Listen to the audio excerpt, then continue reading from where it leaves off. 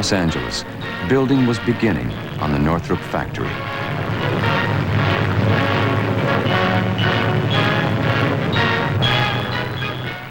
Jack Northrop, for insurance reasons, had to file an application for a job in his own company. He demonstrated honesty, openly admitting to having been arrested for 2 speeding offenses, but his list of previous jobs was impressive and more than compensated for his poor performance on the road.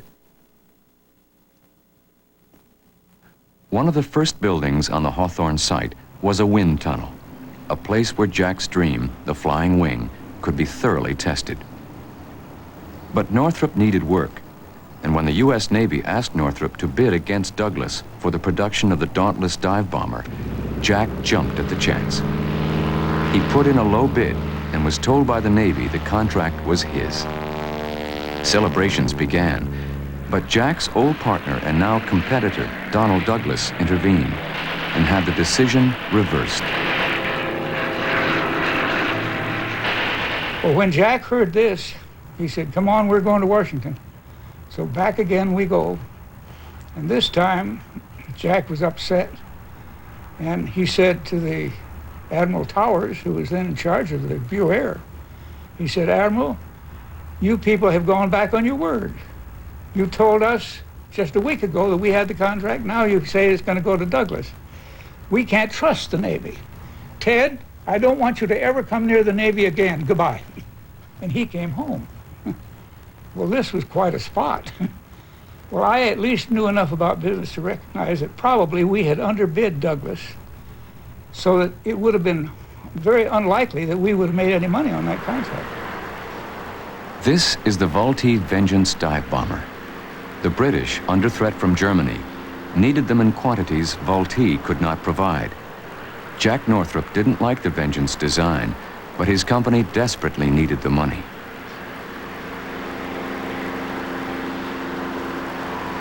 Vultee had a dive bomber that the British wanted, but the Vultee were building a new plant in Nashville, and they hadn't finished the plant yet. So Lamont Koyu called Dick Millar, who was then president of Vultee, and Dick was happy to give us a license to build the airplane. We turned over $1 million for the drawings. They had already built the first airplane, so we didn't have any engineering, we just had to produce them. And so I came home with an order for 200 Vengeance dive bombers and a check for $20 million. And so they made me a vice president. That contract put the company on its feet. A corporate spirit developed quickly. In no time, there was a staff newspaper, and staff sports clubs were established. Jack himself was involved, but the demands of a coming war were heavy. In the early 40s, he designed several distinguished warplanes, including the famous P-61 Black Widow night fighter. Like all Northrop designs, it was innovative.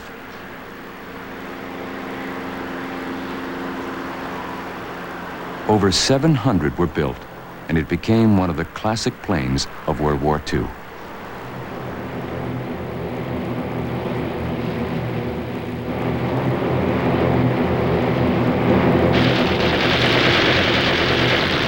In the meantime, Jack Northrop's mind was still wrestling with the flying wing design, but he wasn't the only one. The Horten brothers in Germany were making rapid progress on designs that were uncannily similar to the Northrop concept.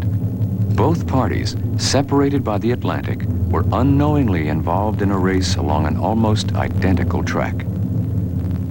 But at last, Jack Northrop's time had come. The N1M, or Northrop Mock-Up 1, was completed in 1940. Its engines and the pilot were completely housed in an adjustable wing.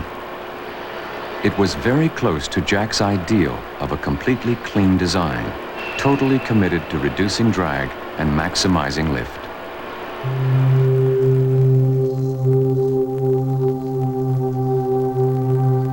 Rosamond Dry Lake in the Mojave Desert, 100 miles north of Los Angeles, a place of mirages and no water, and unlimited expanses of flat surface from which to test a revolutionary new airplane. The N1M was taken out into the desert for a long testing program that would run through 1941 and into 1942. With the N1M, known to its makers as the Jeep, went its support crew, and a very frequent visitor to the desert was Jack Northrop himself, talking here to test pilot Moy Stevens.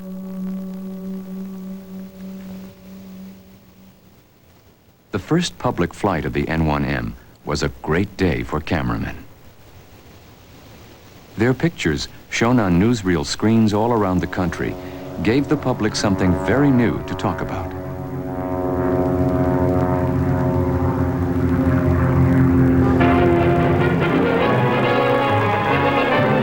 A plane of unusual interest is demonstrated at Rosamond Dry Lake in the Mojave Desert. It is the latest model of the Northrop Flying Wing. Developed from designs originated by Mr. Northrop in 1923, this bat-like plane is devised to use all its service for useful lift. The elimination of non-lift elements such as tail and fuselage is what does the trick. The Northrop Corporation estimates that general application of this principle would result in speed increase up to 100 miles an hour with no extra power. And it is thought that this design will make construction 30 to 40% cheaper. It may revolutionize airplane engineering. This plane, as you see it, is really a flying laboratory. And in the present arrangement, represents one of 15 or 20 different configurations that we've tested in about 200 flights made to date. We believe that we've solved most of the problems connected with the development of the flying wing, and that this type of plane will have considerable promise for future use. Details of the N1M's shape could be changed on the ground in several different ways. The wingtips could be made to droop to help stability, and the wings had removable sections so they could be adjusted for different handling qualities. The wingtip droop was rejected as unnecessary early in the program. This was the eventual standard layout of the one plane built, exactly the layout of that same plane as it sits today in the Smithsonian Museum storage facility in Washington, D.C., painstakingly restored to its original condition and color. We will return to The Wing Will Fly on Discovery Sunday. Wings Over the Gulf, premiering Tuesday, January 14th at 10 Eastern. This is regular. This is better. This Bayer is regular. For headaches, Anacin is better. Why better? Regular Bayer has one ingredient. Anacin has two. A pain medicine plus a second ingredient that makes it work better. Get Anacin. Get better. How can you stop a throbbing toothache? Massage your hand with ice. How do you cure poison ivy? Try oatmeal. How do you quiet a colicky baby? Run the vacuum. How do I know these cures really work? Because my staff and I spent months interviewing over 500 doctors and health professionals to bring you this incredible book, the Doctor's Book of Home Remedies from the editors of Prevention Magazine Health Books. I'm Bill Gottlieb, editor-in-chief, and after writing about health for over 14 years, I can assure you there has never been a more complete and practical encyclopedia of home healing techniques than the Doctor's Book of Home Remedies. Over 670 pages, 2,300 remedies, the wisdom and experience of over 500 top U.S. doctors and health experts covering over 130 different health problems. You'll learn how a steaming cup of coffee can stop an asthma attack, how plain yogurt soothes a sunburn. From controlling diabetes to ending diaper rash, you'll find it all in the Doctor's Book of Home Remedies. Call now for the Doctor's Book of Home Remedies. Try it absolutely free for 21 days. That's 3 full weeks to read and use this home encyclopedia of health and healing absolutely free. Then, if you choose to keep it, we'll bill you in 3 easy installments of only $8.98.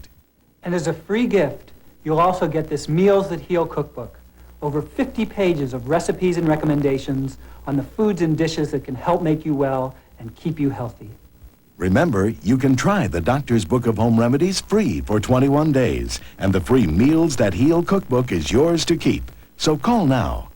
In the meantime, use your blow dryer to soothe an earache. Try rubbing aspirin on a bee sting. To stop grinding your teeth, eat enough. Call 1-800-423-7400, 1-800-423-7400. Now available on home video from the Discovery Channel Video Collection. The Wing Will Fly, the story of the top secret B-2 stealth bomber. Relive one man's dream to build a plane like no other, a highly efficient long-range flying wing with incredible flying qualities, and best of all, virtually invisible to radar. Based on innovative designs created more than 50 years ago, see the struggle to launch the wing into mass production. See how this phenomenal airplane has survived controversy, failure, high-level sabotage, and a government cover-up to become one of the most technologically advanced aircraft ever built. If you love flying, aviation design, and enjoy triumph over adversity, you'll want to add The Wing Will Fly to your personal video collection today. 90 minutes on VHS video for only $24.95. Order now. Call 1-800-854-6100 with your credit card ready. We now return to The Wing Will Fly on Discovery Sunday.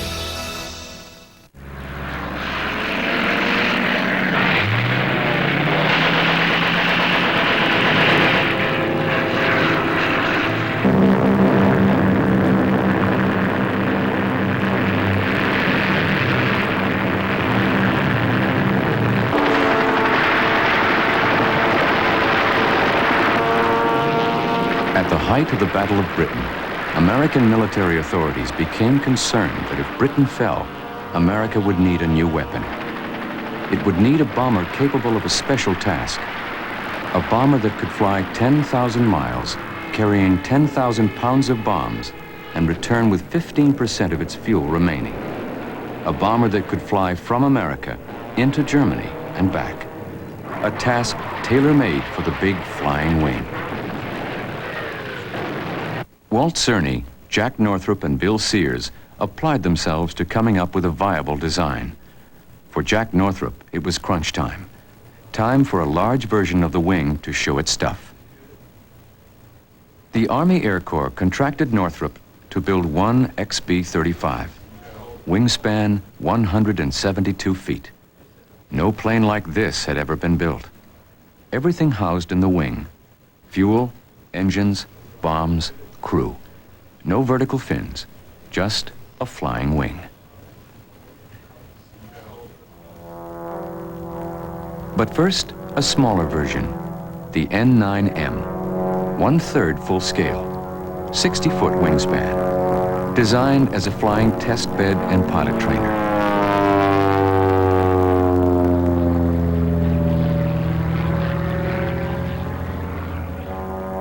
The first N9M flew on December the 27th, 1942, but was plagued by mechanical failure. Testing on the 3 later models of the N9M continued through 1943, and the test program was completed by October 1944. August 1990, a secret location in Los Angeles. A group of volunteers is in its 7th year of work on the restoration of the last N9M built. The original planes were made of wood, and the passing years haven't treated it well. So this is a major rebuild, carried out on weekends by a faithful group, many of them old Northrop employees who helped build this same plane in the 1940s. The rebuild is being carried out for the Planes of Fame Museum at Chino, California. This will be no museum piece.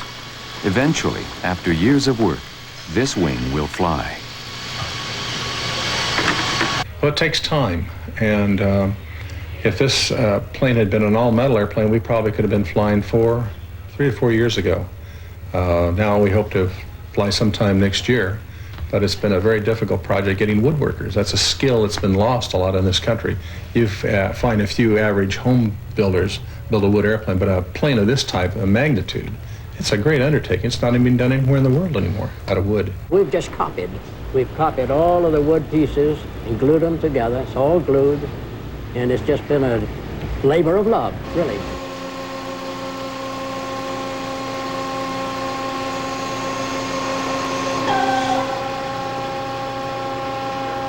We decided to make it fly as a tribute to John Northrop. A lot of people have never seen a flying wing fly. And from all the reports and interviews we've made of the pilots, John Myers and everyone connected with it, it's a good flying airplane, and there's no reason it shouldn't fly. It's like saying, well, there's automobile accidents, people get killed, so what do? You take all the cars off a freeway? Of course not. Chief test pilot on the N9M program was John Myers.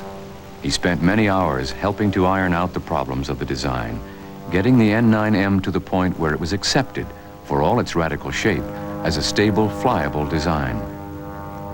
4 N9Ms were built, and John Myers last flew the 4th plane, the one now being restored, in 1945. We took him to see the restoration and meet project director John Benjamin.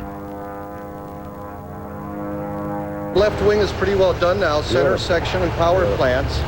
And all the hydraulics are pretty well done, and about 40% of the wiring. Absolutely. And we had some people made the new canopy and the windscreen. What is it? Bring back memories? Or? Oh, it sure does. It sure does. Just amazing. Great. I mean, I'm ready to go. You fly it again? In a minute. Would you? Just in a minute. I wish we could go right now. Oh, sure. It was a nice flying airplane. Yeah. Nothing spectacular, but it was just a nice flying airplane. Yeah.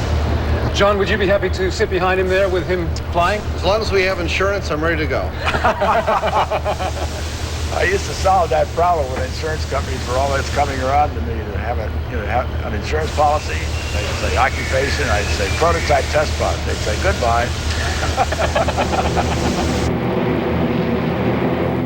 In the early 1940s, the standard shape of the single-seat fighter plane was the classic low-wing monoplane design, like the P-40 and the famous World War II warbird, the P-51 Mustang.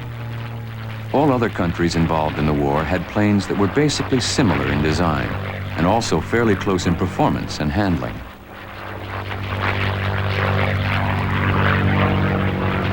In America, the Army Air Forces were looking for an edge, something radical that would allow them to outstrip their competitors and give them combat supremacy in the air.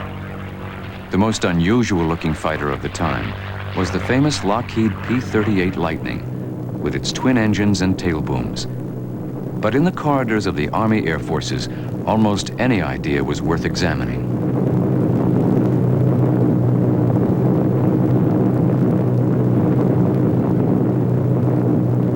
Although there was a good deal of skepticism about Jack Northrop's flying wings, there was also curiosity about their potential.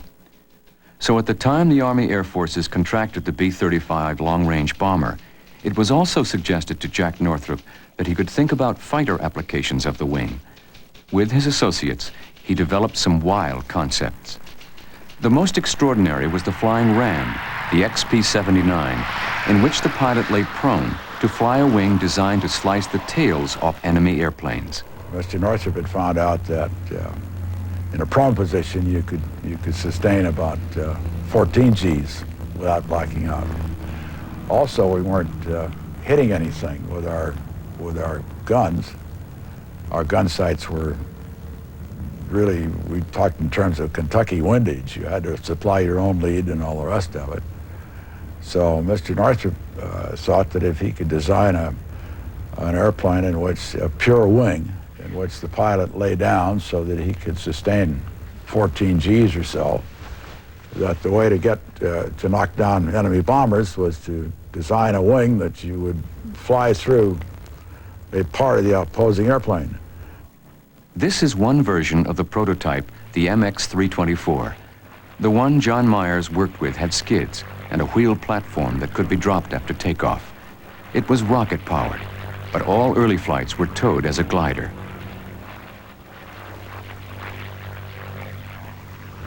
I didn't know anything about rocket engines, of course. Very few people did. And so I decided that I should find out how you run a rocket engine. And Mr. Northrop arranged an appointment for me with Dr. von Karman out on the dry wash near Azusa, which is one of these little towns east of Los Angeles, where they were experimenting with this controlled rocket burning, which had really never been accomplished before. So I said, hey, I'd like to learn how to run one of these engines. Well, the first thing I learned was you don't run one, you fire one. Not much difference, I guess, between running it and firing it, except there's a little kind of thing goes clink up here. So I said, well, it's fine, let's fire one. And somebody pushed the button, I guess, someplace, and the bell started to ring, and the red lights went on, and the sirens went, and everybody went around and got behind big rock walls. And I said, hey, wait just a minute. I'm going to be lying down in this little airplane. And on one thigh is going to be a bottle of red-fuming nitric acid, and on the other thigh, the oxidizer, a bottle of aniline. And I said, a rocket between my legs. Now, is there something dangerous about this? Oh, no, they said. This is Harry Crosby, again in the version with undercarriage. You can see the chin support that held the prone pilot's head up. It was quite an experience. The first flight I made, the airplane had been designed so that I left the landing gear on the ground. In other words, when I became airborne, I'd disconnect and drop the bogey wheels, and that left me with just a pair of skids that were kind of a hardened part of the bottom, the belly of this little airplane. And I got to tell you, here you are in this thing, and your nose is down like this, and you get to where you realize you've got to put this about this far from the ground, going about 100 miles an hour to land this motor. It's a mind-expanding experience. This is the MX-324 under rocket power. It's being flown by Harry Crosby, who would soon become the only person to fly the flying ram, the XP-79. We will return to The Wing Will Fly on Discovery Sunday. Stay tuned as our Wings Marathon continues. Here are 20 new reasons to visit Disney World this year. 1, 2, 3, 4, 5, 6, 7, 8, 9, 10, 11, 12, 13, 14, 15, 16, 17, 18, 19, 20. One more time. 1, 2, 3, 4, 5, 6, 7, 8, 9, 10, 11, 12, 13, 14, 15, 16, 17, 18, 19, 20. It's Disney's 20th birthday all year long. Good morning, everybody. Good morning. Jill Gilbert, Eckerd pharmacist. I started volunteering in adult literacy for the same reason I became an Eckerd pharmacist. I like to help people. There was this one woman I taught to read, and she came in my store one day and brought over some medicine and said, I can read this. It's so great. Working at Eckerd, I get a chance to help a lot of people every day. But it isn't every day you get a chance, to help change someone's life. Those of you who have been reluctant to wear a hearing aid, Miracle Ear has more great news. If you have trouble hearing in noisy situations, the exciting Miracle Ear Clarifier may be your answer. The Clarifier features a special filter that automatically reduces background noise. I used to dread going out with my friends. Background noise kept me from joining in the conversation. But the Miracle Ear Clarifier reduces background noise. Now I can hear and understand just fine, even in noisy restaurants. If you or someone you know thinks they may be suffering from hearing loss, call Miracle Ear at this number and receive helpful information. I can participate in the conversations now. I can hear them, and I don't have to tune out. Find out if Miracle Ear can help you. Call this number. Miracle Ear will send you a booklet on better hearing, plus a coupon for a free hearing test. Call today. Learn about all the good news from Miracle Ear.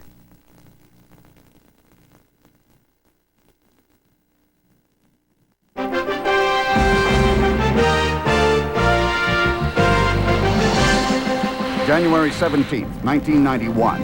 Operation Desert Storm hits the Persian Gulf as a month-long air attack paves the way for ground troops. Now, see exclusive footage of the high-risk air missions. See the aircraft up close and meet the pilots who flew them. Wings Over the Gulf, premiering Tuesday, January 14th at 10 Eastern, only on the Discovery Channel. Watch it here and understand it here. Watch it here and understand it here.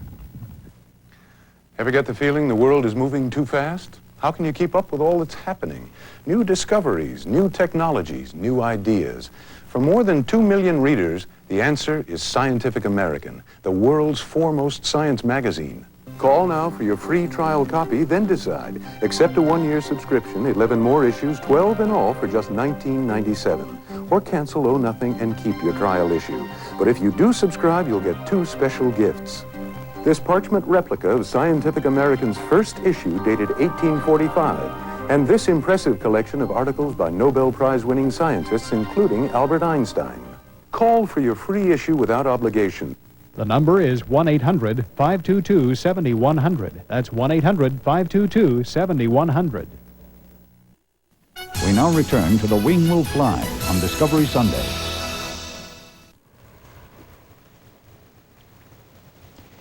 There was a lot happening at Northrop in those early years of the 1940s, and Jack Northrop was personally involved in almost all of it. He was a regular visitor to the secret test sites in the desert, anxious to know how well all the theories were working out in practice.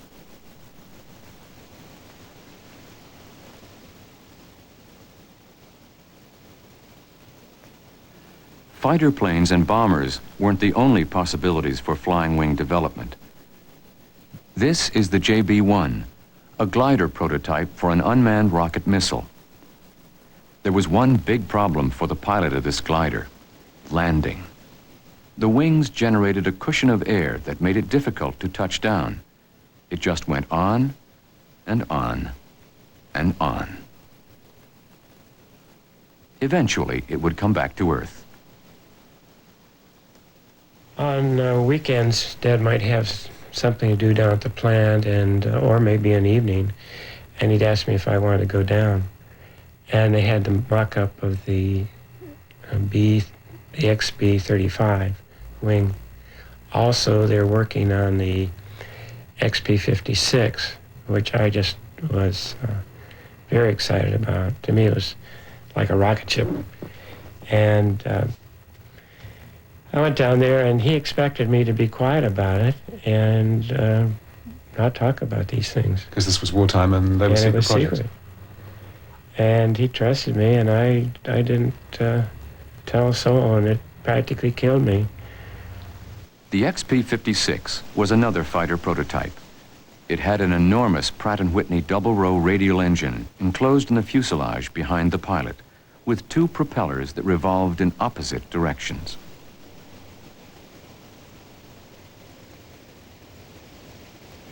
John Myers was chief test pilot. His experience with the plane was not a happy one.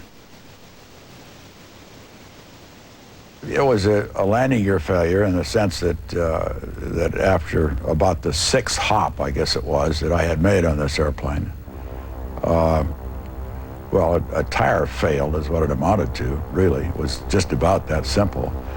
But it developed that the landing gear with a flat tire was such that the airplane became uncontrollably unstable. In other words, the center of gravity went aft at the point of pressure because the landing gear jutted forward. And so it just swapped end and went end over end 2.5 times.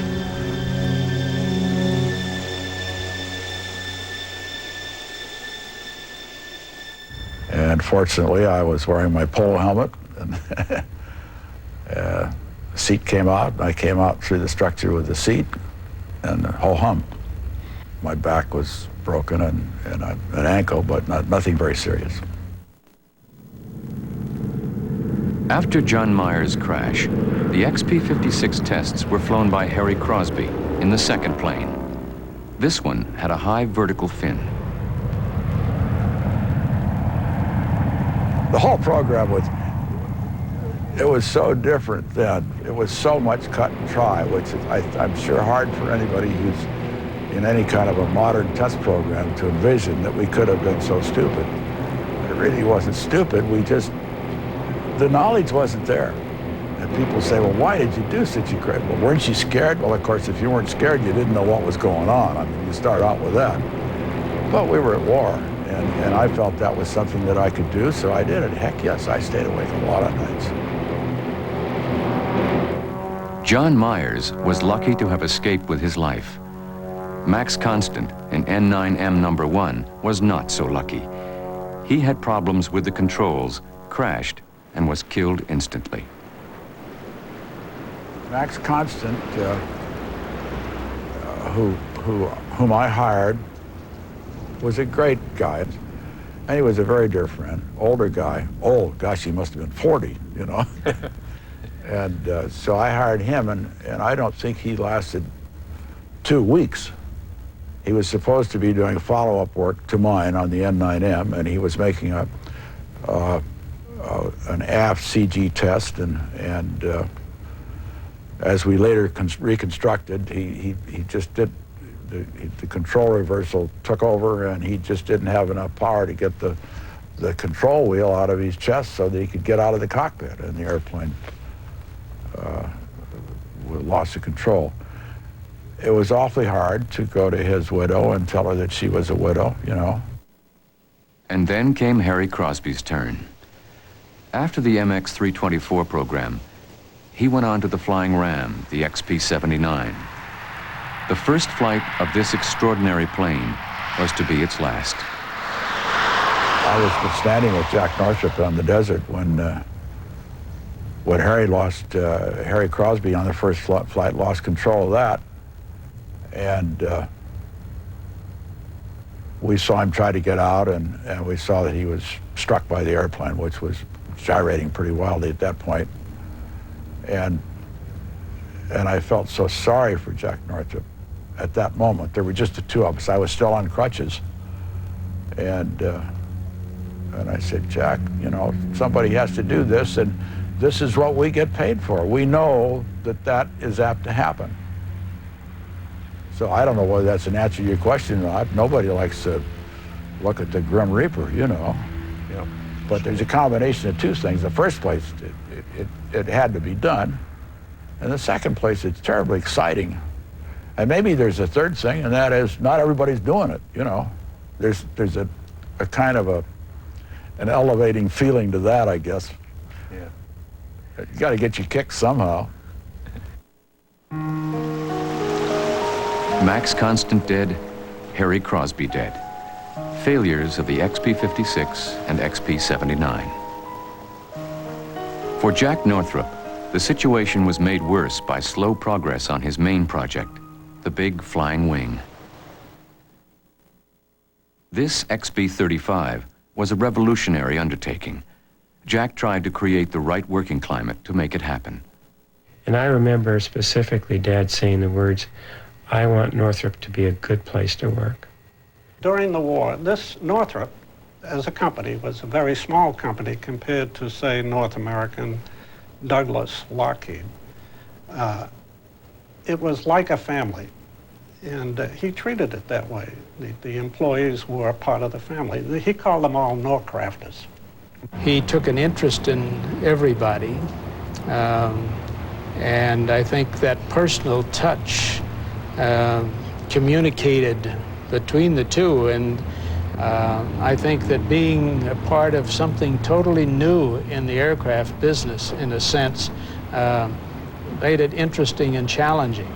Once a week, he'd come out on the stage that they had in the middle of the parking lot, and he'd talk to the employees and bring them up to date on just what's going on and how we were performing on our fulfillment to the war effort. But in spite of the best efforts of Jack Northrop and his staff, this extraordinary plane would never get the chance to demonstrate its ability to fly 10,000 miles with a 10,000-pound bomb load. The program was plagued by delays. There was a lack of cooperation and enthusiasm from the contracting partners. The war was fast coming to an end, and the XP-35 still hadn't left the ground. There had been problems with faulty parts, and even the brightest of Northrop's engineers hadn't been able to iron out the problems of getting power through the complex drive system to the double sets of propellers, and even the propellers themselves refused to work properly. But in spite of all the problems and disappointments, the workforce pressed on, and by 1946, the big plane was ready to fly. return to The Wing Will Fly on Discovery Sunday. The F-15 was my first choice.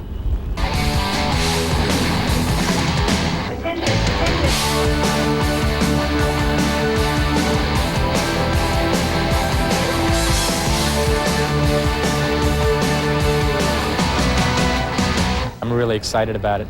It's a fun job, and it's a mental challenge. Wings, Wednesdays and Saturdays at 9 Eastern, only on the Discovery Channel. Everyone knows Contact wrote the book on cold medicine. Now Contact's added a whole new chapter, introducing new Contact Day and Night. On this page, yellow day caplets that knock out your cold symptoms without making you drowsy, so you can breathe easy and work all day long. On this page, blue night caplets that relieve your symptoms to let you rest. Both formulas control your cold symptoms with the right medicine at the right time. New Contact Day and Night, a whole new chapter in cold relief. Rough, dry skin? That stops with Curel. Curel's rehydration formula absorbs quickly to seal in moisturizers that soothe and heal. Rehydrate dry skin with Curel. First it seals, then it heals. Beyond 2000, Thursdays at 9 Eastern, only on the Discovery Channel. It's the story of World War II.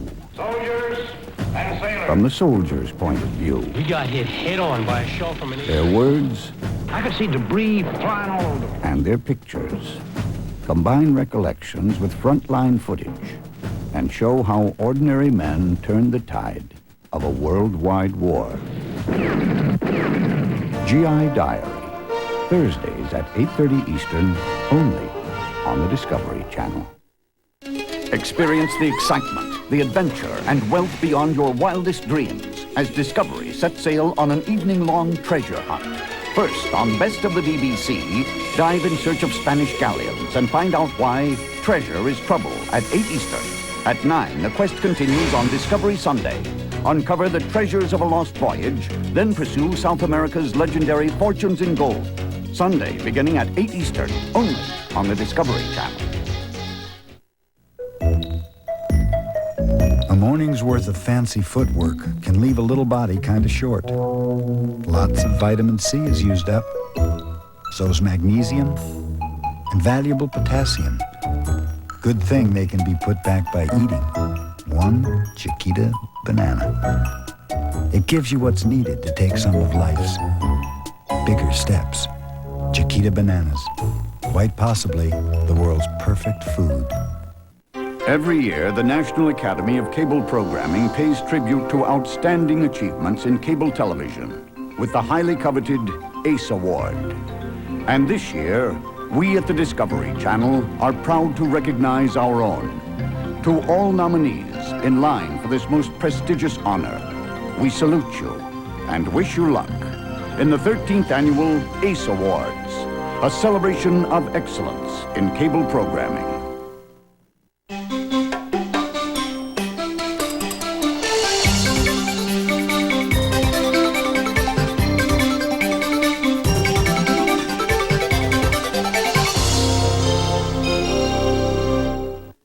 We now return to The Wing Will Fly on Discovery Sunday. The war was fast coming to an end, and the XB-35 still hadn't left the ground. It caused tremendous interest as it sat on the apron at Hawthorne Airport, especially with test pilot Max Stanley, a fairly recent arrival at Northrop, but recruited by the injured John Myers after his crash in the XB-56. So here I am in my hospital bed and a broken back and a broken ankle, and Max knows that a few weeks or months before that, our mutual friend Max Constant has been killed in N9M, and so I'm asking Max Stanley to undertake some test work on the Black Widow. And he says, well, you know, I'm not sure I want to do this. And I said, well, Max, there's really, you know, there's nothing to experimental test piloting. You know, I wanted to accommodate him, and it seemed like an interesting way to spend 6 weeks. And besides, it was going to provide me with an opportunity to meet Jack Northrop, whom I didn't know, but whom I admired greatly because I was familiar with some of his airplanes, and I would welcome an opportunity to meet the great man. And he personally interviewed me for the job. And we had a nice little chat for about 15 minutes. And then I was ushered into the personnel department where I was processed, and I emerged as a full-fledged experimental test pilot and had a badge to prove it. The deal I made with him, I promised him that he would never have to fly a flying wing.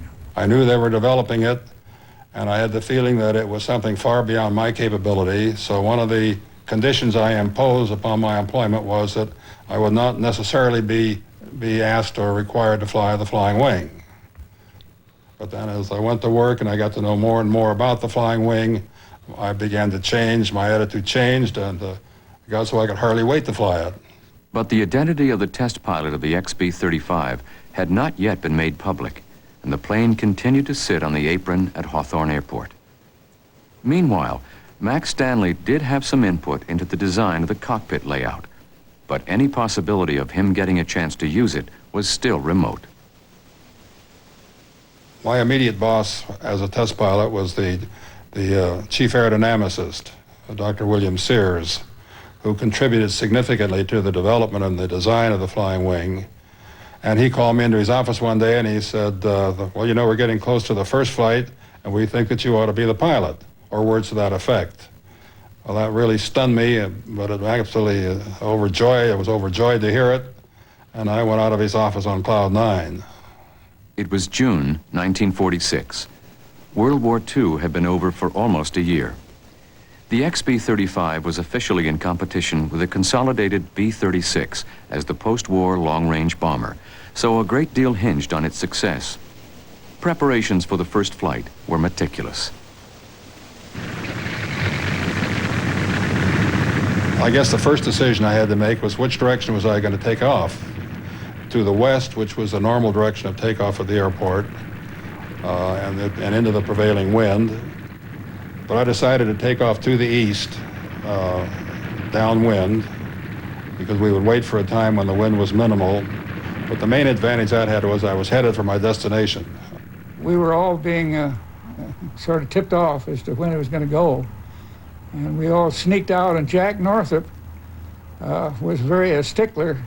He'd given orders not to have everybody waiting to have this thing take off because they wouldn't get any work done. But we did anyway, and Jack stayed in his own office, watched it out the window, and it was quite a sight.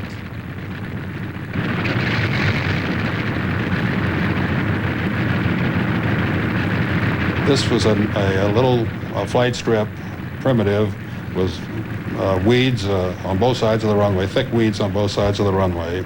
And these weeds were infested by large rabbits, jackrabbits. And as I started the takeoff roll, one of these rabbits jumped out of the weeds and started to run along in front of the airplane. And pretty soon it dawned on me, or at least it seemed to me, that I wasn't gaining on this rabbit. And I can remember the thought flashing through my head that, man, that's either one fast rabbit or I'm in a hell of a mess. Well, about that time, the rabbit disappeared back into the weeds, and the takeoff proceeded normally.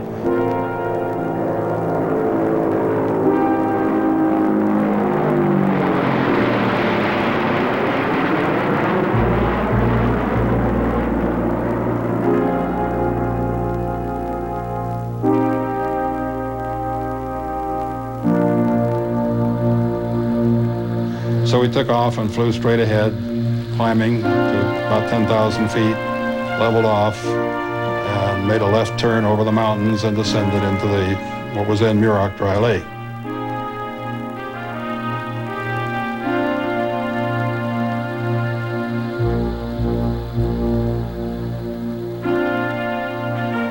This was a hot day, and the airplane was not air conditioned for this flight. And up there in the bubble, it was a hothouse. The flight test program of the XB-35 never really got underway. Problems with the complex propeller and drive mechanism continued. And ready to fly was its main competitor, the consolidated B-36, a huge conventional airplane with an enormous fuselage to carry bombs, the exact opposite of Jack Northrop's ideal of a wing that carried everything.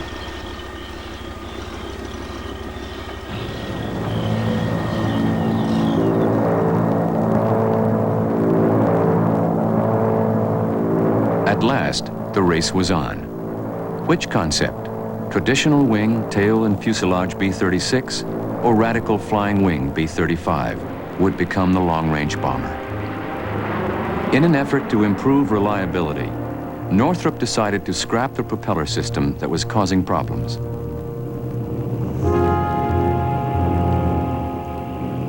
The double counter-rotating props were replaced by conventional propellers, but performance dropped off severely. There was only one answer. The piston engines would have to go. The design would be converted to take 8 of the newly available jet engines. This jet version would be called the YB-49.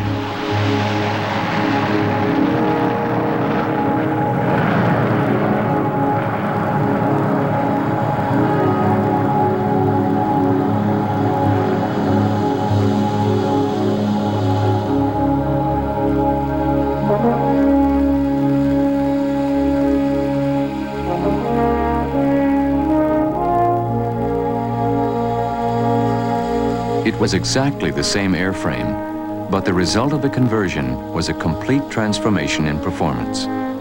At last, Jack Northrop was able to see the wing fly as he always hoped it would. The B-49 was an absolute joy to fly. And it was my first experience. As a matter of fact, it was the first experience of most people flying in a jet airplane that was large, roomy, had marvelous performance, very quiet, very smooth, and it was so much superior in every regard to the propeller airplanes that there just is no comparison. And at the time, I predicted that the flying public was in for a rare treat when there were jet-powered airliners available.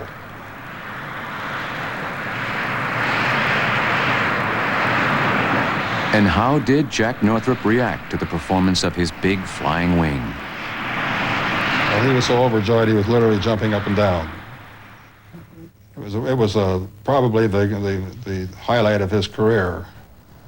And it was also a highlight for all the Norcrafters who'd labored through the war years, not only to see the big wing take to the air, but to see it perform brilliantly. The YB-49 flew over, and it had a P-80 chase plane. After Max passed us, he pulled it up like this and pulled it around. That chase plane, it couldn't even start to catch up with him. The control system was unusual. Foot pedals activated clamshells, or drag rudders, at each wingtip. They could be used separately as rudders or together as speed brakes.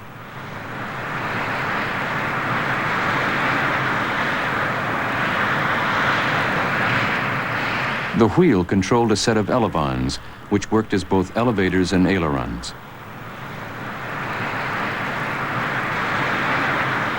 Even though the controls were unusual, the aircraft responded to conventional wheel and rudder movement.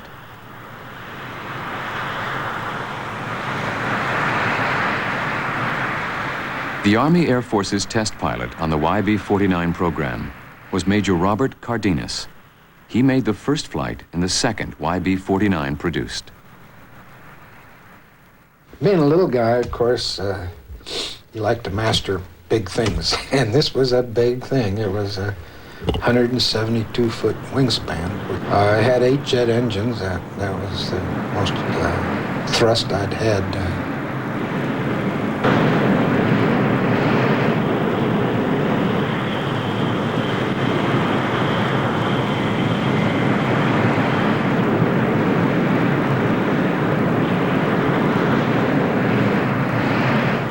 Takeoff, the airplane just kind of flew off by itself, you might say.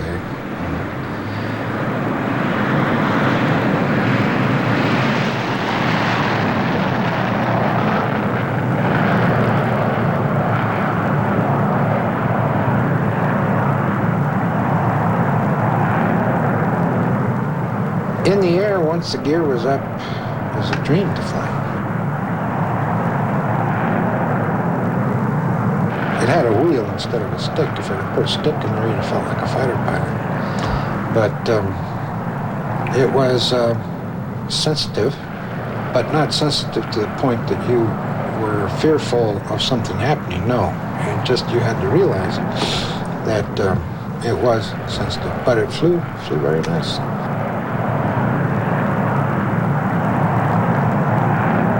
The first impression was that, hey, I got a hot thing here.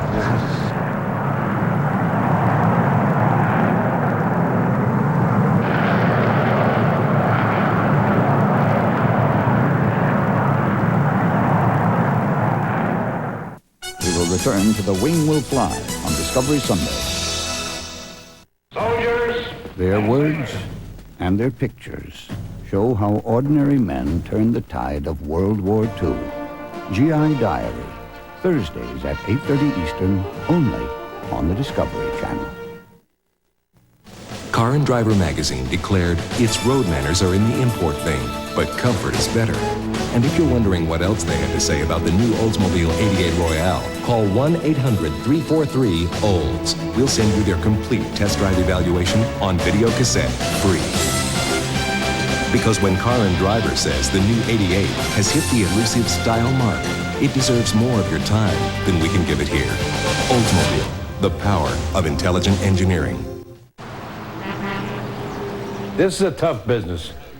16 hours a day, half of the time is spent cleaning. So you learn a few shortcuts. There's no secret formula for cleaning grease unless it's Formula 409. Nothing works harder on grease than Formula 409, and nothing works faster. That means nothing gets me out of here faster. Formula 409 spray cleaner. Stuff works hard just like me. Formula 409, your secret formula for cutting greasy dirt. To help relieve her heartburn, regular Rolaids uses an aluminum salt, but his antacid is Tums, and Tums has calcium. Something my body needs anyway.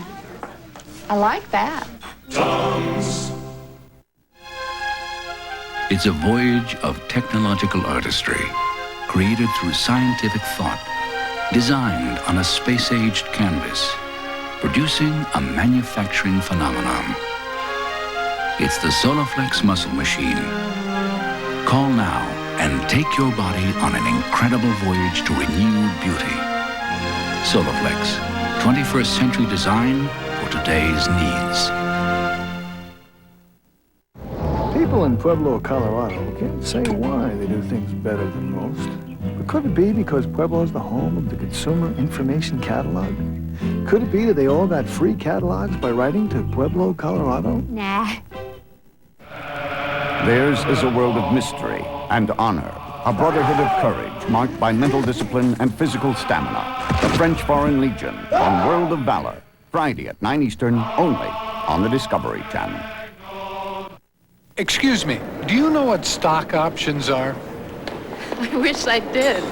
When is a weak dollar good for business? Good? I don't know.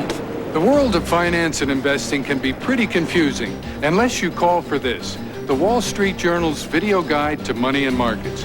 It explains the markets in clear, simple English and brings them to life. This exclusive 30-minute video is free when you call for 13 weeks of the Wall Street Journal for just $37, over 20% off the newsstand price. Subscribe to the Journal and get a daily view of the whole world of business and how it affects you. Information you know you should know. Call now and you'll be ready next time someone asks you, are munis always a safe investment? I'm not sure. Call toll-free 800-752-6300 for 13 weeks of the Wall Street Journal and your free video on money and markets. That's 800-752-6300. We now return to The Wing Will Fly on Discovery Sunday. The testing program revealed some problems arising out of the conversion from the slower piston engine XB35. They had not taken into effect possibly the rate of acceleration on the takeoff, which was slow at first, but then rapidly increased. And so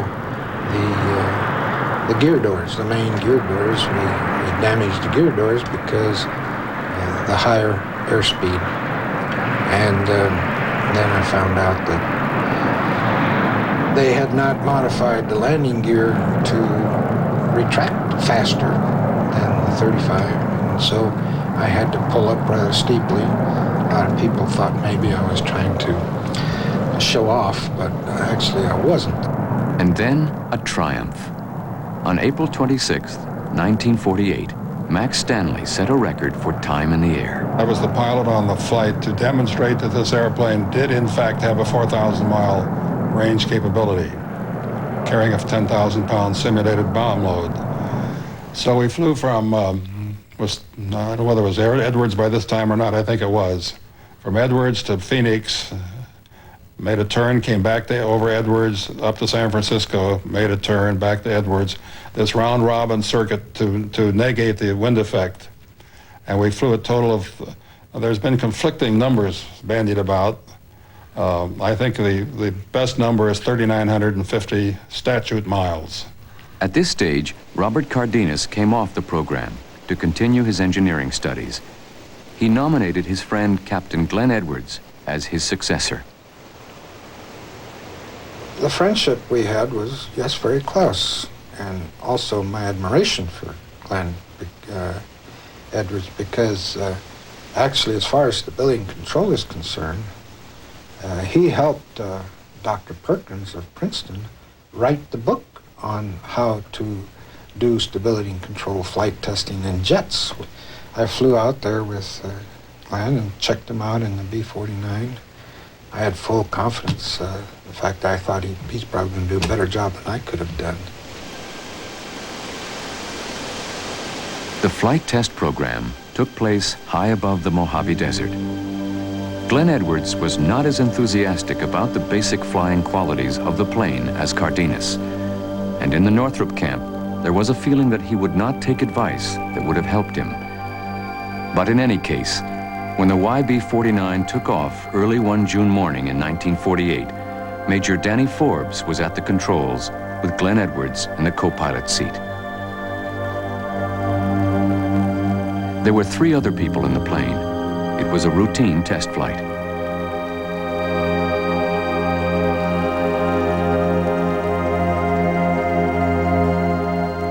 The incident that followed was to cement the name of Captain Glenn Edwards firmly into Air Force history. That morning, the plane crashed in the desert, killing everyone aboard. Wreckage was scattered across the desert. Rush Schley, who also flew the airplane, happened to be out in the desert at the time. He saw the thing tumbling in. They tell me that at the crash site, that Forbes was actually in the pilot's seat. But Glenn lost part of the outboard controls and panels. So what he encountered, I don't know. But it could have been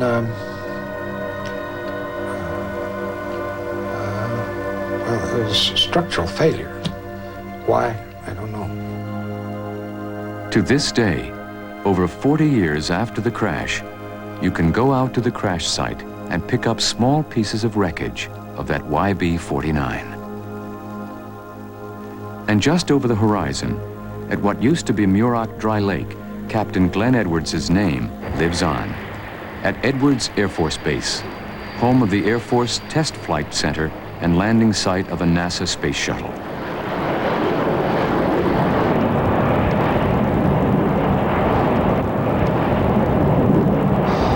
I heard the wing had crashed. I did a 180, went back to my little apartment, and Boyd was on it. And he said on the phone, get back up there, find out what happened to Glenn, and finish the tests.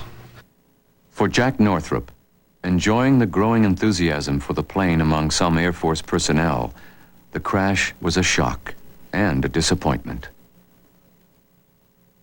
Well, it was a very severe blow because he recognized that a lot of people were skeptical still of anything that was as radical as a flying wing. I felt a loss in losing Glenn, but not to the degree that I was biased against the airplane. As a matter of fact, I felt it my duty to Glenn, in honor of his name, to try to determine what it was and not let his death be in vain, to develop a good airplane out of something that had the fundamentals of being a very good airplane. The YB-49 was designed as a bomber, and Cardenas had to assess its performance in that role. Of course, we were using the old Norden bomb sight. And I remember I borrowed from Strategic Air Command one of their best bombardiers, Lieutenant Colonel, who was the cream of the crop. And he got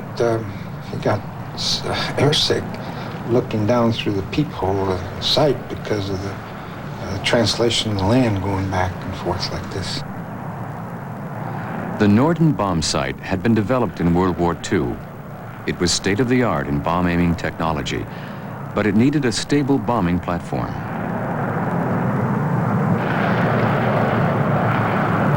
This was not unstable, but it wasn't stable fully.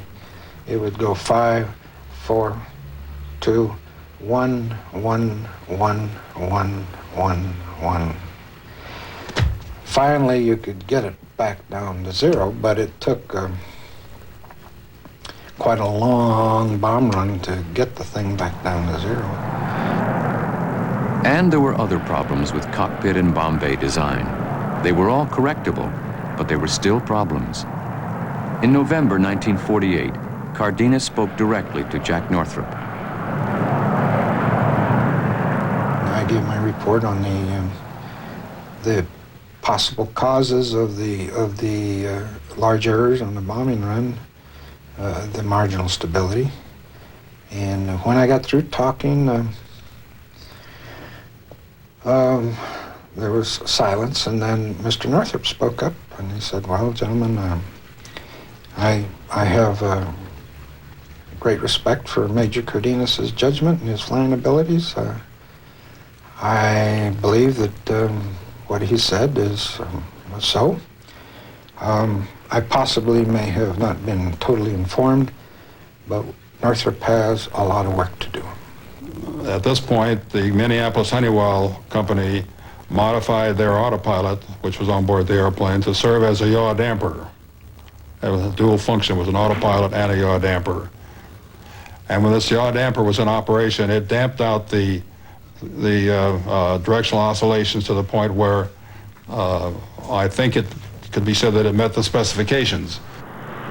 In October 1948, Jack Northrop had received an Air Force order for 30 YRB-49s, a reconnaissance bomber version with 6 engines, 2 of them in pods under the wing. Suddenly, there were new players in the bomber game. The Boeing B-47 was a medium-range bomber designed for jet engines and suffered none of the conversion problems the wing had experienced. Although jet engines had increased the wing's speed, they had reduced its range by half, taking it out of the long range and into the medium range class. So the B-47, and not the cumbersome long-range B-36, was now the wing's real competitor.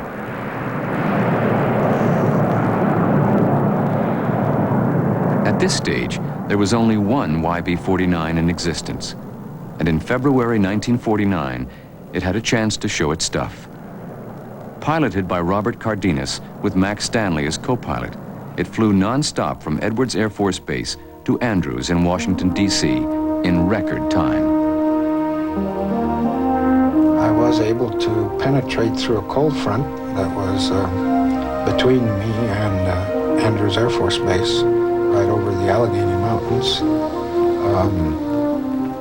That was the first time that it had flown in severe weather, and the airplane was able to fly in severe weather.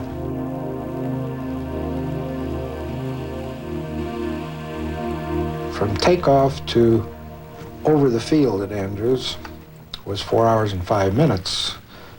By the time I circled and landed, it was 4:15, and by the time I was parked, it was 4:25, and that's the official figure, 4:25. But from takeoff to over the field was 4 hours and 5 minutes, which was very good.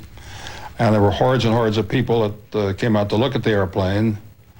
The only person that was permitted aboard it was President Truman. He and his aides were able to go aboard the airplane. Well, I happened to be standing near the boarding ladder as he came out of the airplane, and I heard him say to one of his aides, he said, "This looks like one hell of an airplane. I think maybe we ought to have some." You know, right at that moment, I was sure that President Truman was the most perceptive president we've ever had. It was a triumphant moment for the plane and for the combined Northrop and Air Force crew. But their enthusiasm was about to be dampened. Something very strange was about to happen. We will return to The Wing Will Fly on Discovery Sunday. Brought to you in part by Tums. Wipes out heartburn and gives you the calcium you need. To help relieve her heartburn, her antacid uses aluminum and magnesium, but his is Tums, and Tums has calcium. Something my body needs anyway. I like that. Tums. Hey, I know how you feel. Your weight is up, your energy's down, your self-esteem's low, your blood pressure's high. You know what you need? Exercise. But who has the time? You do. Just imagine what a difference you can make in just 20 minutes a day, 3 times a week, at home with Nordic Track. Nordic Track. It's so easy.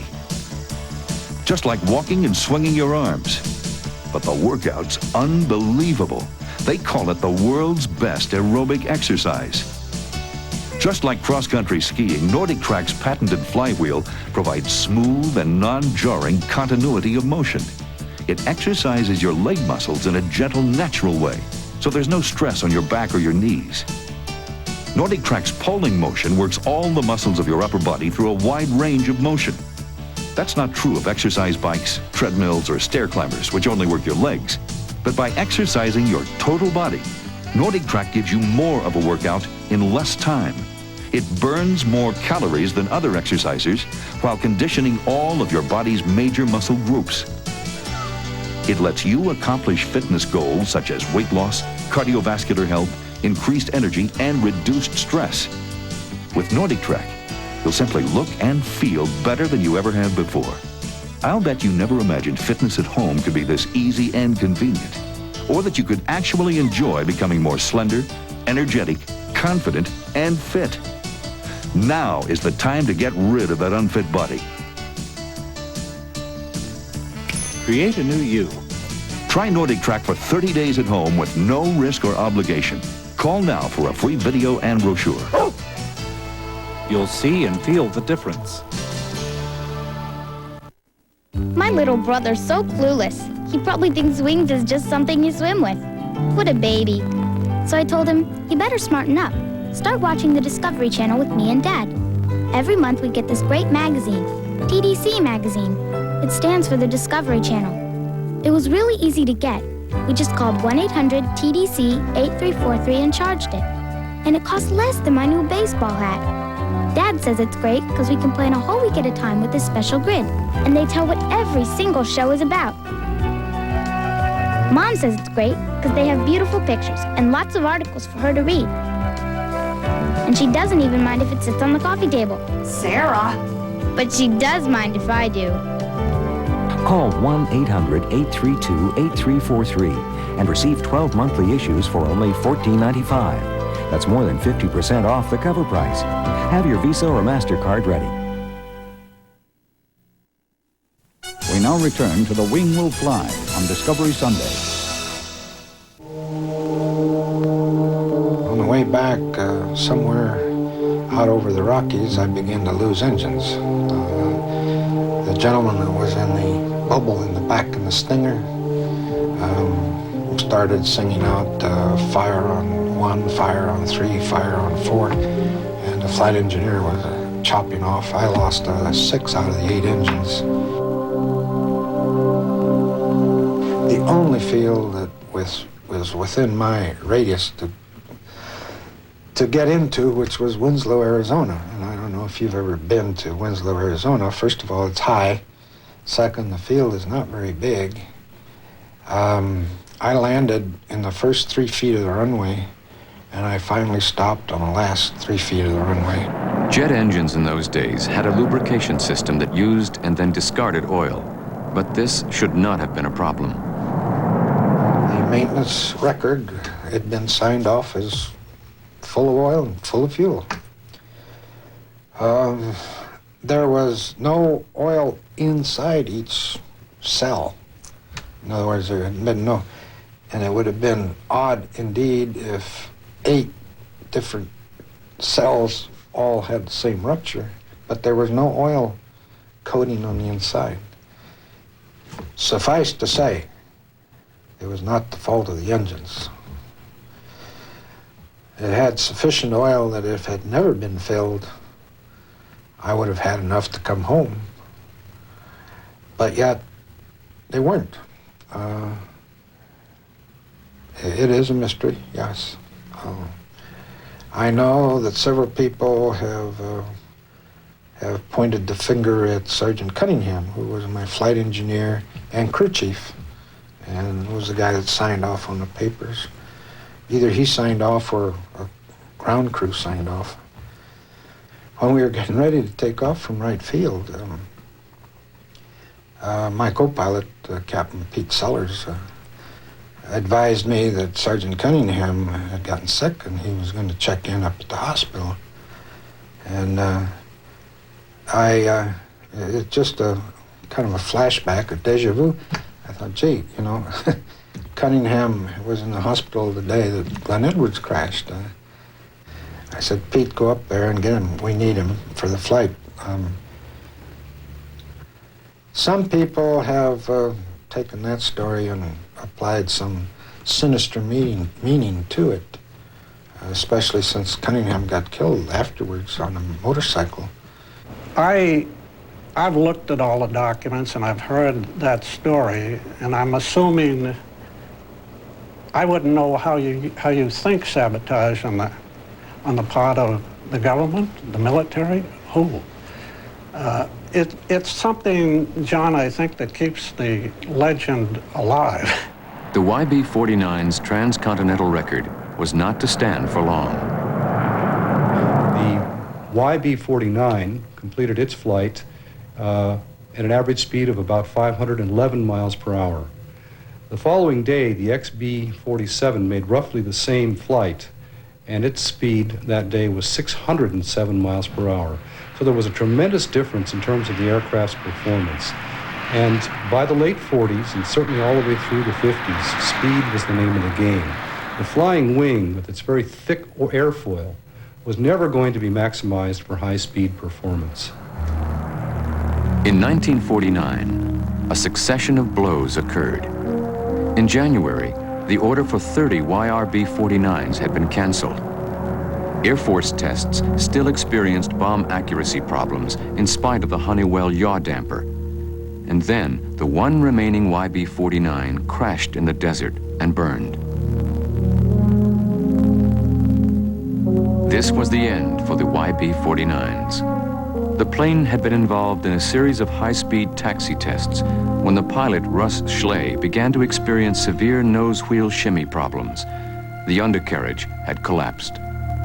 The Northrop Company, knowing the program was in trouble, had launched a full-scale public relations campaign to keep the idea of the wing alive. At far-flung bases and remote corners of the globe, large hangars to house big airplanes are usually hard to find.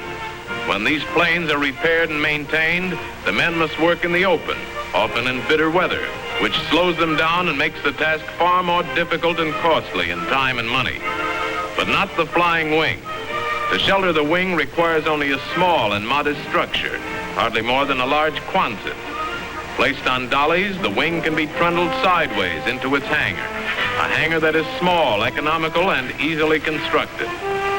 As easy to maintain as it is to house, the flying wing is built low to the ground and can be easily serviced.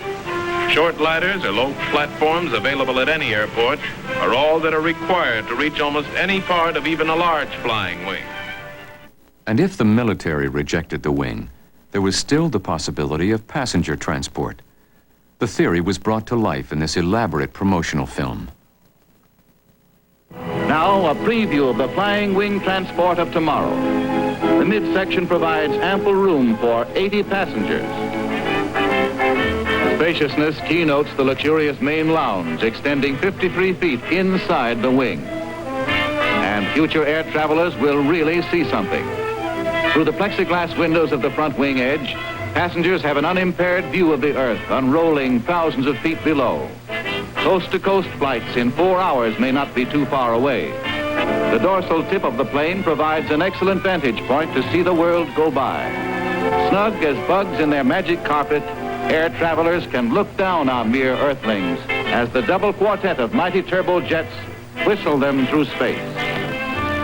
That dream was never to come true for Northrop. Nor was the dream of the Turbodyne engine, which Northrop claimed would have given the propeller version of the wing a 12,000-mile range. And for the many Norcrafters who'd sustained commitment to Jack Northrop's vision for the wing, there was a final blow still to fall. In November 1949, the Air Force canceled work on the program that was converting the remaining XB-35s to jet power. The reconnaissance version, the YRB-49, had still not flown. They said that we were going to reduce our crews, you know. They didn't say that we were going to stop building the wings, but they said we're going to reduce the crews. But the next thing we ended up doing was rolling them all out on the flight ramp, complete or incomplete.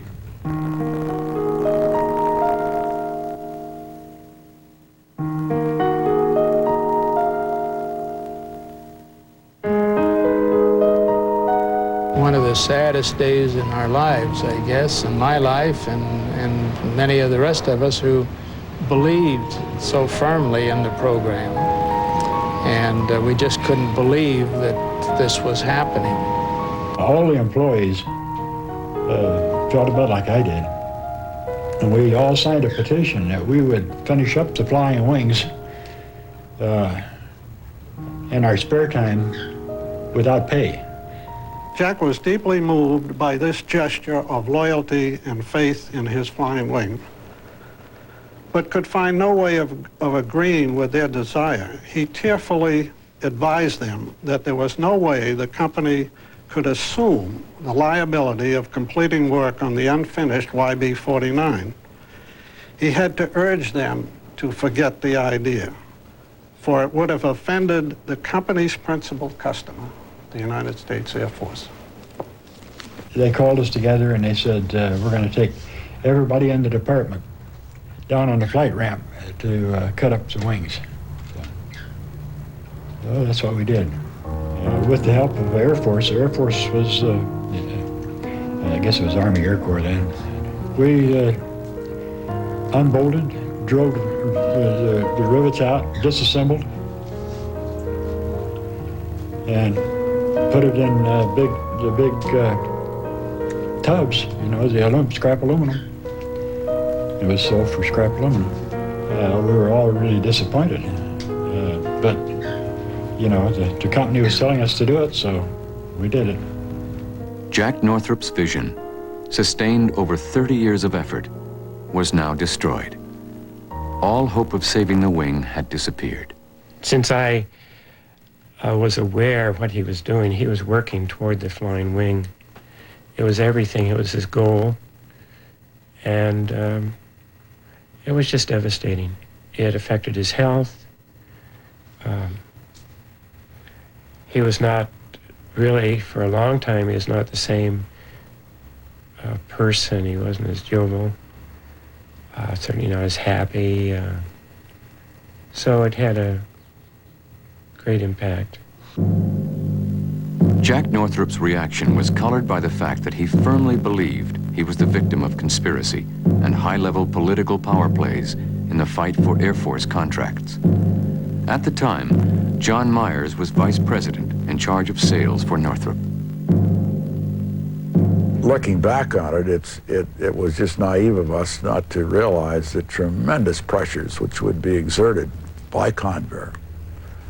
Convair was then controlled by a gentleman named Floyd Odlum, who was the chairman and major stockholder, although he only owned about 5% of the company. That was an awful lot in Consolidated Convair was the manufacturer of the B-36, which in the war years was in direct competition with the Wing as the possible long-range bomber. There was still rivalry between the two companies. In July 1948, Jack Northrop had been summoned to a meeting in Los Angeles with the Secretary of the Air Force, Stuart Symington. And present at this meeting, in addition to the Secretary of the Air Force, was the Chief of Staff of the Air Force, General Joe McNarney, who curiously later became chairman of Convair, and Floyd Odlum, who was the controlling stockholder of Convair and a very politically savvy man.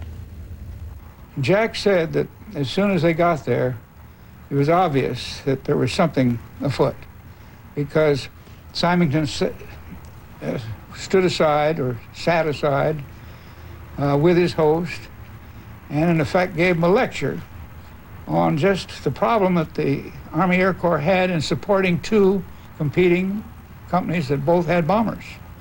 Secretary of the Air Force said there are too damn many airplane companies. We want Northrop to become a part of Convair. And so Mr. Northrop said, well, Mr. Secretary, what will happen? Suppose it's not possible for us to work this out. The Secretary answered, and I was going to quote him exactly, but I see the women and children in the audience, so I'll use a couple of blanks. You will be blank, blank sorry if you don't. The vicious emphasis given the answer shocked not only the Northrop representatives, but General McNarney as well. He said, in effect, "Oh, Mr. Secretary, you don't mean that the way it sounds." And Symington replied, "You're blank right, I do." Jack and Dick Millar talked it over, and they said, "We'll take it up to our board," and they did. The board said, "We don't think it's fair to our shareholders." In any event, the merger seemed impractical and undesirable to us, and we so advised the Air Force. A few weeks later, I received a direct phone call from Mr. Symington, informing me that all our B-49 contracts were thereby canceled. We will return to The Wing Will Fly on Discovery Sunday. Stay tuned as our Wings Marathon continues.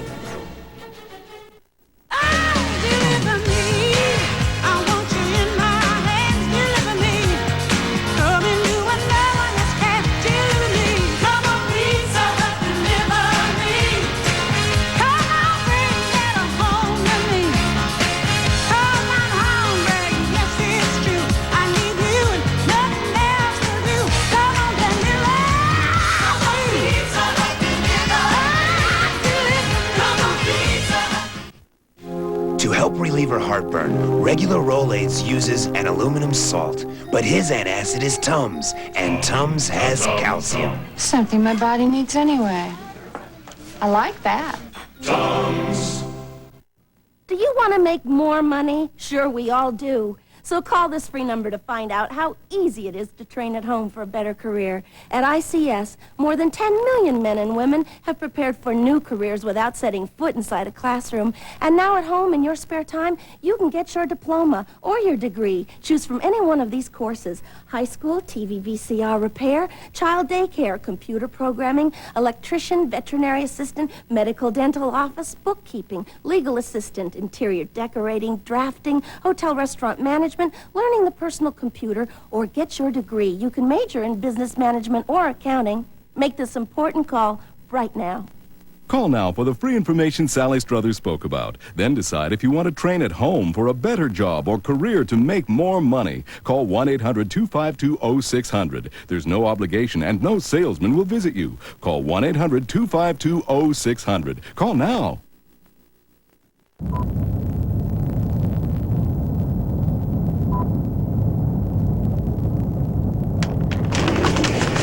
If you're not recycling, you're throwing it all away.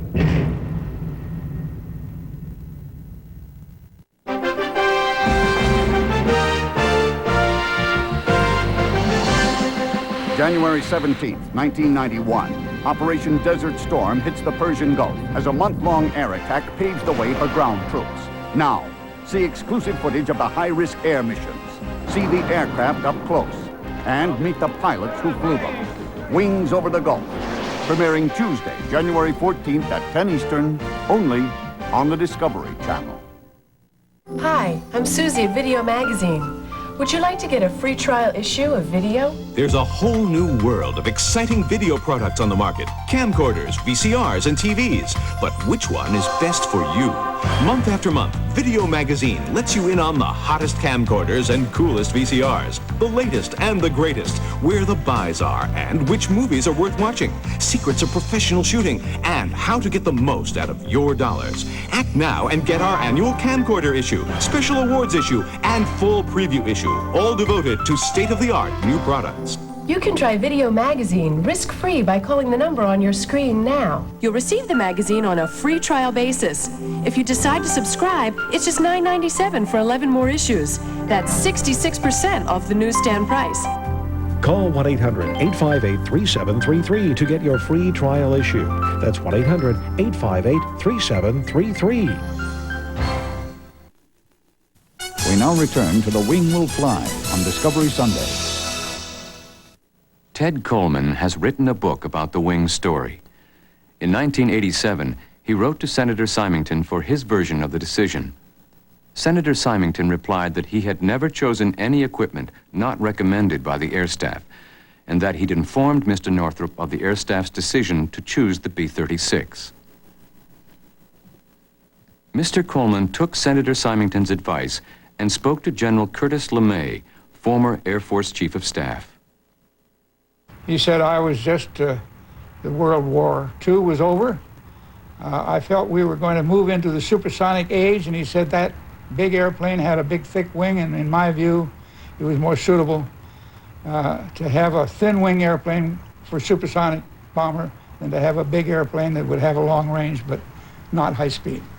There of course, may have been some politics involved. It wouldn't be surprising in a major program of this kind that there would be a certain amount of political influence in the situation. However, the airplane was canceled for very good technological and financial reasons, if you will.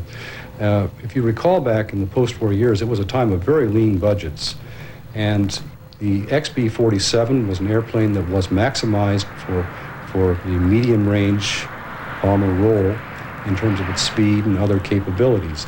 The B-49 had marginal stability as a bomber and as a reconnaissance platform. And hence, it would have required a great deal more development and a considerably greater cost at that point to put it into production.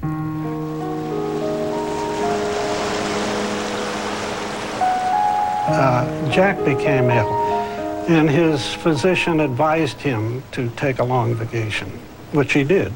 But he felt, to be honest with the board, he ought to resign, and he did that in November 1952.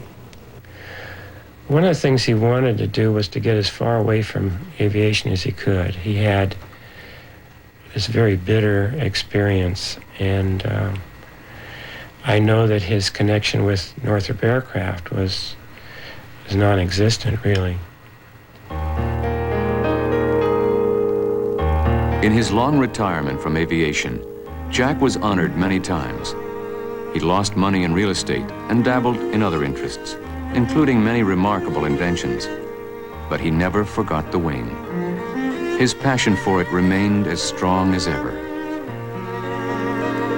He was convinced that eventually the country would get back to the flying wing. But there was so much adverse publicity about the cancellation. By that I mean that people just assumed that the flying wing was a failure.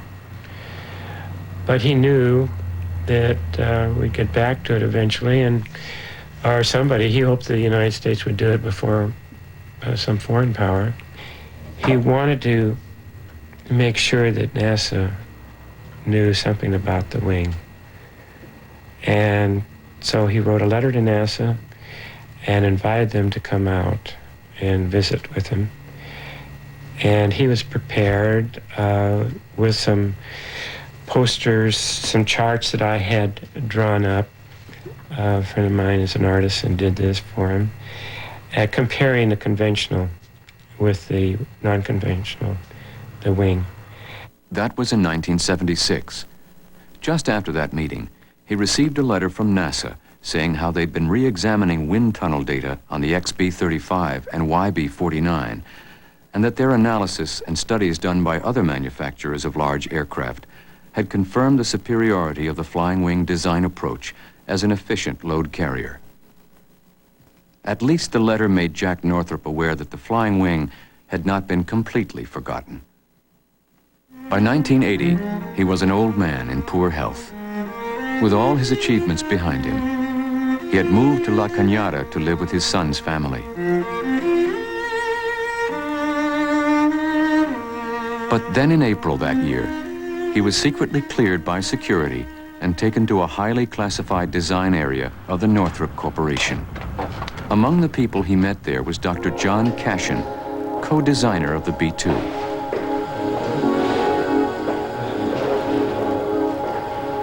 We put a box in front of him, a large cigar box, and asked him to raise the lid and look inside. Now, Jack, at his age, was suffering from Parkinson's disease, and he looked very frail, and he shook quite a bit. His mind was sharp as a tack. He was very alert that day. As these shaking hands lifted the lid of the box, and he looked inside, and he picked up the model, tears came to his eyes, and he said, "Now I know why God has kept me alive for 25 years." You could see that his entire experience with the flying wing was passing through his mind.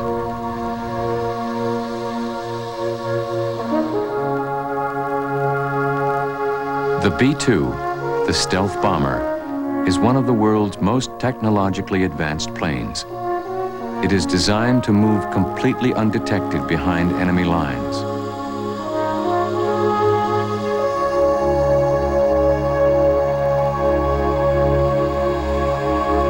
In the late 70s, flying wings were understood aerodynamically and accepted as a viable flying machine. Why it hadn't been applied before, in the interim between 1950 and 1979, I don't know. We all knew that a large flying wing had been designed and built and essentially met its requirements, its design requirements. The assurance that that had been done certainly was in the back of everybody's mind. There was clear flying evidence of the aerodynamic viability of a large flying wing. There are some uncanny similarities between the B-2 stealth bomber and Jack Northrop's YB-49. They both have a wingspan of 172 feet. As early as 1948, the clean shape of the YB-49 was known to be difficult to detect by radar. They have both been surrounded by controversy. And above all, they are both Jack Northrop's ideal of high lift, low drag efficiency. They are both flying wings.